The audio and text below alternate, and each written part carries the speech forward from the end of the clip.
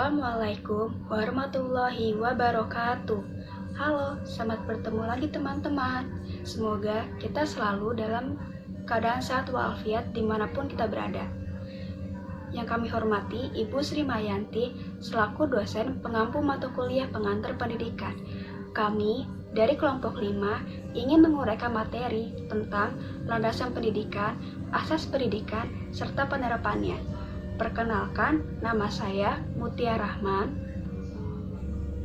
Yang pertama, saya akan menjelaskan tentang landasan pendidikan. Apa sih landasan pendidikan itu? Landasan pendidikan merupakan asumsi-asumsi yang menjadi dasar pijakan atau titik tolak dalam rangka praktek pendidikan dan studi pendidikan. Landasan pendidikan terbagi menjadi 6 macam, yaitu yang pertama, landasan filosofis, yang kedua, landasan kultural, yang ketiga, landasan sosiologis, yang keempat, landasan psikologis, yang kelima, landasan ilmiah dan pendidikan teknologi, dan yang keenam yaitu landasan religius. Nah, sekarang saya akan menjelaskan satu persatu tentang apa saja yang dimaksud dengan macam landasan pendidikan tersebut. Yang pertama yaitu landasan filosofis. Landasan filosofis merupakan landasan yang berkaitan dengan makna dan hakikat pendidikan yang berusaha menelaah masalah pokok, seperti apa itu pendidikan, mengapa pendidikan diperlukan, dan apa tujuan pendidikan. Landasan filosofis berasal dari filsafat atau falsafah yang dimana penggunaan filsafat dalam pendidikan terdapat dalam dua pendekatan, yaitu filsafat sebagai kelanjutan dari berpikir ilmiah dan filsafat sebagai kajian khusus yang formal. Menurut Reja Mudia Harjo, terdapat 4 mazhab filsafat pendidikan memiliki pengaruh besar. Yang pertama yaitu esensialisme. Esensialisme merupakan filsafat pendidikan yang menerapkan prinsip idealisme secara elektis. Yang kedua yaitu perennialisme. Perennialisme adalah aliran pendidikan yang mengutamakan bahan ajar, yakni kebenaran. Yang ketiga yaitu pragmatisme dan progresifme. Pragmatisme adalah aliran filsafat yang memandang segala sesuatu dari nilai kegunaan praktis. Di bidang pendidikan, aliran ini melahirkan progresifme yang menantang pendidikan tradisional, sedangkan progresivisme yaitu perubahan untuk maju. Manusia akan mengalami perkembangan apabila berinteraksi dengan lingkungan sekitarnya berdasarkan pemikiran. Yang keempat adalah rekonstruksionalisme. Rekonstruksionalisme adalah filsafat pendidikan yang menempatkan sekolah atau lembaga pendidikan sebagai pelopor perubahan masyarakat. Lalu yang kedua adalah landasan kultural. Landasan kultural adalah landasan yang lebih menekankan kepada nilai-nilai kebudayaan bangsa yang sudah melekat sejak zaman dahulu. Kebudayaan dapat dibentuk, dilestarikan, serta dikembangkan melalui pendidikan atau menjadikan pendidikan maju dan berkembang. Kebudayaan sebagai gagasan dalam pendidikan memiliki arti luas yang dapat berwujud ideal, pola, manusia, dan fisik. Ideal seperti ide, gagasan, nilai, dan sebagainya. Kegiatan yang berpola dari manusia dalam masyarakat, dan fisik, yakni benda hasil karya manusia. Kebudayaan nasional sebagai landasan sistem pendidikan nasional, seperti yang dikemukakan Sisdiknas, yaitu pendidikan yang berakar pada kebudayaan bangsa Indonesia, di mana kehidupan masyarakat Indonesia yang majemuk dan akan kebudayaannya dan keberadaan semua itu semakin kukuh. Oleh karena itu, kebudayaan haruslah dipandang seiring dengan semakin kukuhnya persatuan dan kesatuan bangsa Indonesia sesuai dengan asas Bhinneka Tunggal Ika. Nah, selanjutnya akan dibahas oleh teman saya, yaitu Tambah Helen. Nama saya Tambah Helen Meliana, saya dari kelompok 5.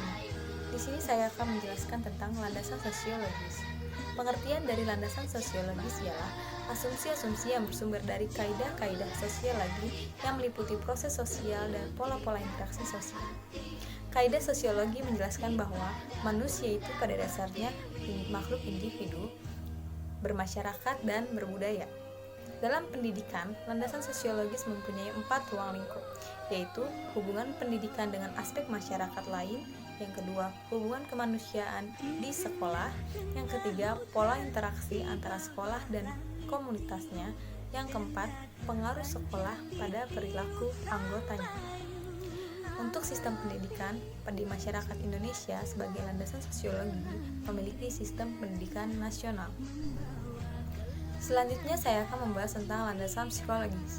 Landasan psikologis ialah suatu landasan dalam proses pendidikan yang membahas berbagai informasi tentang kehidupan manusia pada umumnya, dengan aspek pribadi manusia pada setiap tahap usia perkembangan tertentu, untuk mengenali dan menyikapi manusia sesuai dengan tahapan usia perkembangannya, yang bertujuan untuk memudahkan proses pendidikan.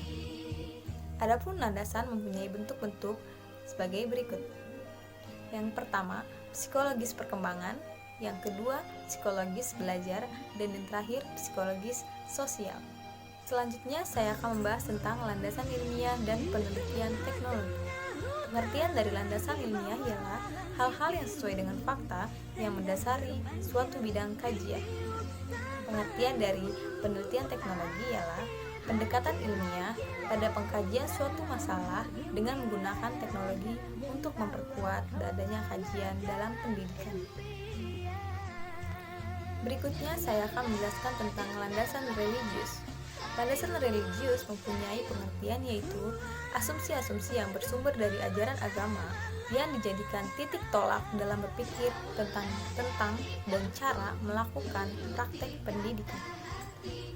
Urgensi landasan religius dalam pendidikan, bahwa agama merupakan sesuatu yang wajib untuk dijadikan landasan dalam proses pendidikan, baik tingkat dasar maupun menengah, bahkan sampai ke perguruan tertinggi. Selanjutnya, saya Usmirah akan menjelaskan tentang asas-asas pokok pendidikan.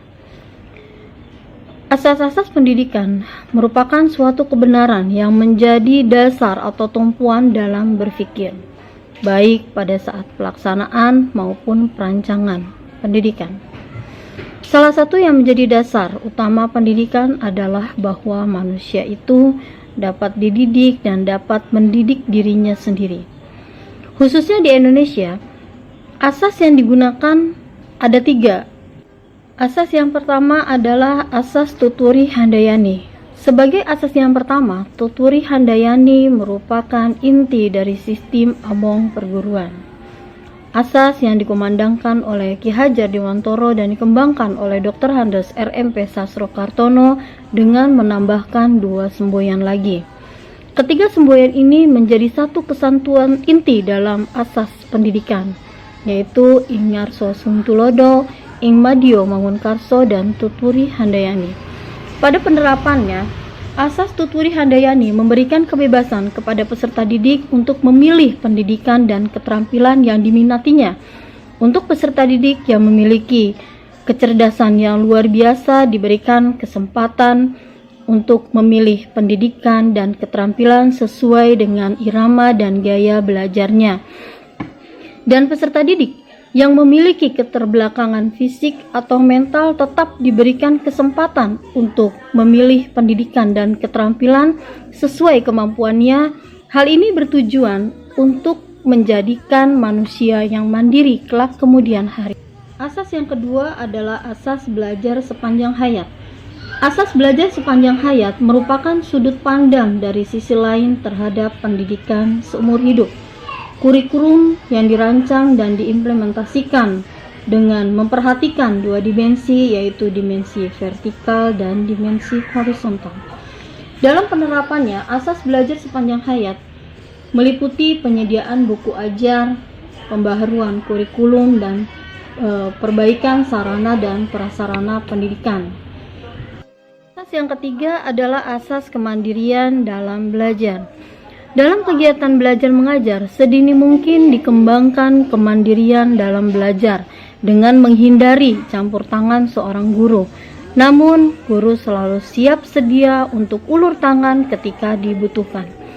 Perwujudan dari asas kemandirian dalam belajar akan menempatkan guru pada peran utama sebagai fasilitator dan motivator, akan tetapi tidak mengenyampingkan peran guru yang lain seperti organisator dan informator.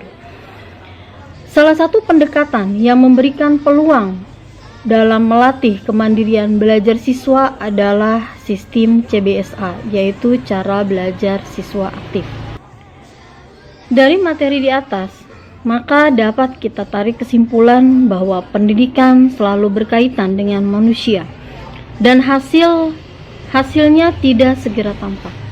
Kenyataan ini menuntun agar pendidikan dirancang dan dilaksanakan secermat mungkin dengan memperhatikan sejumlah landasan dan asas pendidikan.